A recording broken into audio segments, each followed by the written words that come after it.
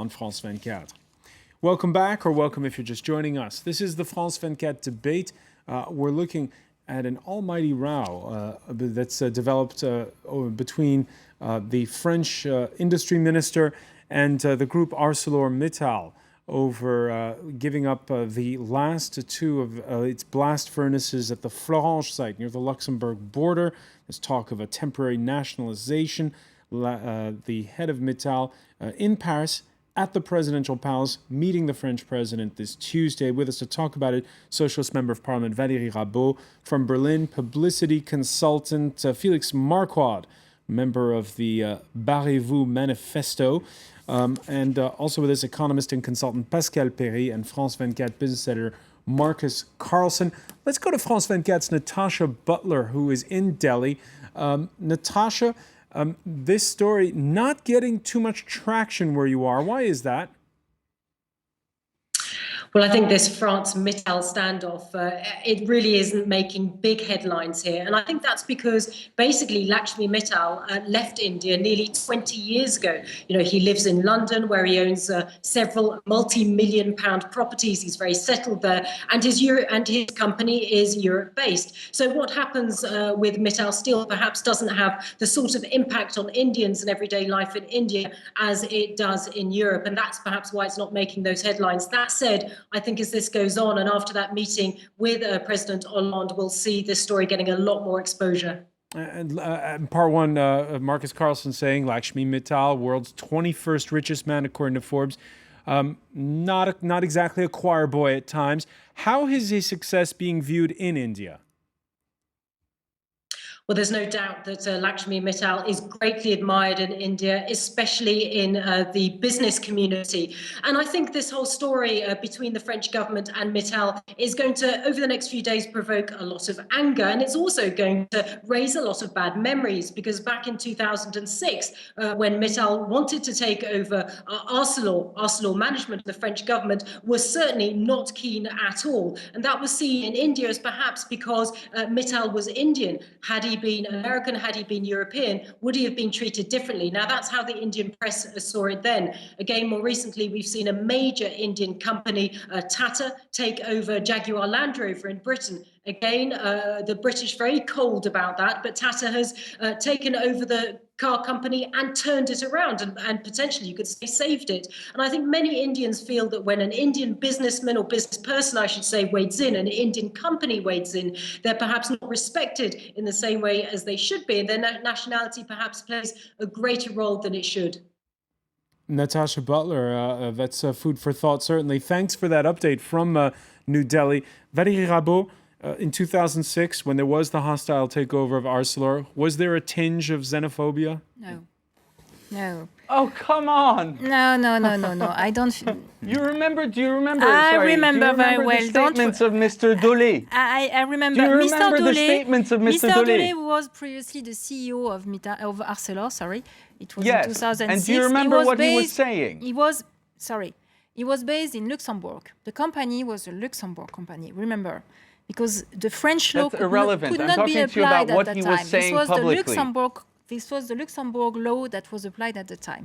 And Mr. Dolé... There were racial slurs that were thrown around. At least condescending. Yes, there were. No. Yes, there were. No. Condescending words. No, he had some condescending, yes, yeah, little bit. When some of the people... I think they were trying to find a way to avoid this takeover. And there were some issues, of course, because the company was a Luxembourg one. It was not a French one, even if a lot of workforce were based in France. And the law was quite different. But it was not a question of xenophobia, etc. It was a question of how to avoid this takeover.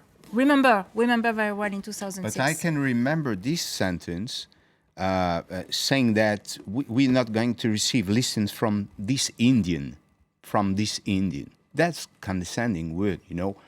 Well, I was shocked myself as a French economist. I'm sure you could hear the same sentences where there are some takeover that are not very friendly. Yeah, but well, it's not acceptable. I don't say it's acceptable. I just say in the case of unfriendly takeover, you can hear a lot of things. Believe me. All right.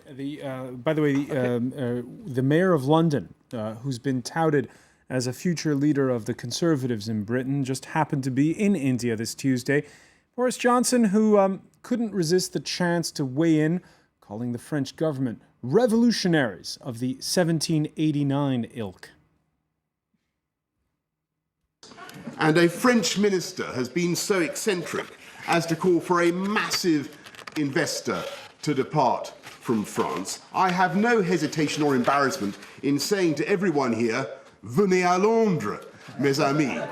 Come to London, come to the business capital of the world, a place where 73 Indian firms are listed on the London Stock Exchange, where Indian companies already raise 53% of their international equity, a city that still has the largest banking and financial sector anywhere in the world. I'm not sure you can move those blast furnaces to London, but Valérie Rabault... but I'm sure... I think I would give, maybe I will not give an advice to the mayor of London, but when we look at the figures, where do the foreign investment go in Europe? First in France. You can say that maybe London is the business capital for everything, but when you look at the money, where it goes, in which country, it goes first in France. First in France. Because we have some infrastructure, because etc. We can discuss a lot, a longer time on it. It's a question of but location. The foreign investments go first into France. There was a table last week on Les Echos about the attractiveness, French daily newspaper, economic newspaper, on attractiveness of the country all over Europe. We are on the bottom. Yeah, but what you need fiscal to look policy, what you need to look policy, at where the money goes, structure, where the money infrastructure. goes, Well, and the monies, the foreign investments go mainly but into you cannot France. ignore. I just want to break in there and ask you a question regarding Arnaud Montebourg's tone, though. Sorry, Felix, I'm just going to finish this point for 2 seconds. I'm wondering about Arnaud Montebourg's message here. He's basically said over the weekend, he told Les Echos, the same newspaper you were just referring to, that, you know, Mittal could basically just leave France. A lot of people, even though they may agree with the fact that there could be a nationalization, they don't feel too uncomfortable with a possible nationalization of Florange or the site in Florange. They're pretty uncomfortable with the message that we got from the Minister for Industrial Renewal. What do you say to that? Are you willing to say the same things to foreign companies looking to invest in France, that you need to do it, you need to play by our rules? Yes, I don't want to personalize the debate, to say Mittal goes or not goes. What I see is that as a minister for French Republic, he needs to exactly have a clear view and a fair view on what has been received by Mittal, what has been given to them, what has been paid by them. And we need to have a fair balance on it. We cannot accept everything. This is not possible. If you give some public subsidies, you cannot accept everything. Can I ask 2 questions? There's a Do we have a line? I'm sorry. Hold on. What's that? Felix Marquardt first. There's a historic gap between the sort of the global reality and French public discourse. And what this government, and at least Mr. Montebourg is doing, is broadening that gap. We need reality checks, and this is not helping. I think it's really dangerous that we keep on with this ridiculous rhetoric that is scaring people, making people in France hope that this actually has a future in terms of a policy. It does not. And I think we need to wake up in France. All right, well, and this is just very dangerous. I'm sure you would have said exactly the same things on Alstom in 2004. All right, certainly the image problem is real. Proof, case in point, the French government, in the face of needling and cajoling from the likes of Boris Johnson, putting out a video to entice foreign investors. Say oui to France. Say oui to innovation. Did you know that 80% of French people are happy to get up and go to work in the morning? Seriously, 80%! Well, maybe not so early in the morning. Oh, and yes, we don't want to sound arrogant, not our style, never will be, but French employees are ranked 4th in the European Union for hourly productivity. Did you know that we're one of Europe's leading destinations? All right, it goes on like that for quite a few more minutes. let me ask you this question. When you look at that video, and are the French just poor at spin when it comes to they set themselves up for this well, for the kind of remarks we heard from really Boris Johnson? Sad video, by the way. My question, is what is our message to the world? First, I'm concerned by Mr. Montebourg' declaration when he says to a huge investor such as Mr. Mittal, you're not welcome anymore in France. That's a message, In globalization, Earth has ears, That's heard all over the world. So what is our rank? We are a 65 million people country in the world in globalization. Do we have a line? Do we have a strategy for the future? And second question, who is the boss in Bercy? That is the French ministry office. But Pascal, Very good point. There are viewers who say, who are enamored with the way the French are acting, saying that it's right of them to take on globalization, as it were. Robert tweeting, everything wrong with France to Boris Johnson somehow seems rooted in the overthrow of Louis XVI. But there is this idea that you shouldn't enter any kind of negotiation from a position of weakness. Do you remember that Mr. Montebourg, backed his own campaign within the Socialist Party for, the presidential election on deglobalization.